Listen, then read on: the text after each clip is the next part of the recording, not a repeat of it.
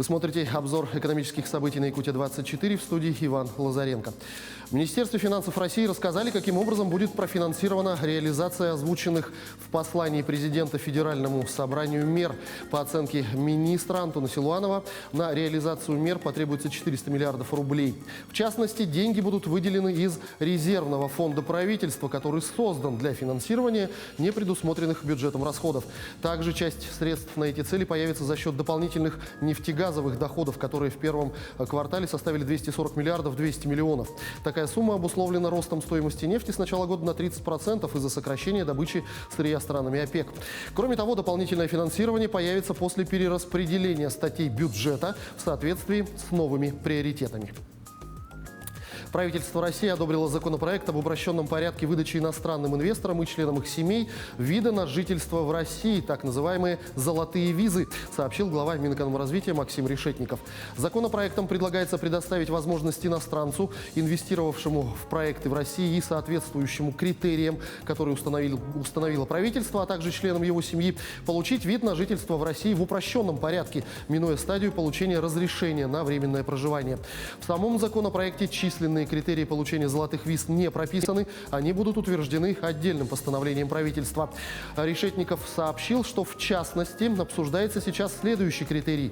Для получения вида на жительство иностранный инвестор должен будет вложить в открытие бизнеса в России или в недвижимость не менее 30 миллионов рублей. Стоимость социально значимых продуктов питания в России в марте выросла на 15,6% в годовом выражении, что почти в 3 раза выше официального уровня инфляции. В утвержденном правительством перечне находятся 24 главных продукта. В январе и феврале они в среднем были на 13,5% и 15,35% дороже, чем год назад в тот же период. Сильнее всего из социально значимых товаров подорожал картофель на 58,1%, что в 10 раз выше инфляции.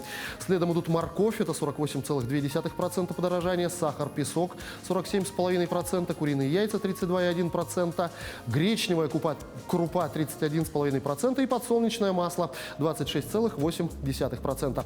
Снизились цены в среднем только на белокочанную капусту и пшено, но динамика очень сильно зависела от регионов. Если в одних стоимость капусты падала на 30%, то в других росла на 33,7%. Тем временем в партии пенсионеров отреагировали на обращение президента к Федеральному собранию и выдвинули предложение для сдерживания роста цен в стране. Члены партии предложили вернуть карточки на еду и реализовать проект Минпромторга по субсидированию наиболее бедных домохозяйств.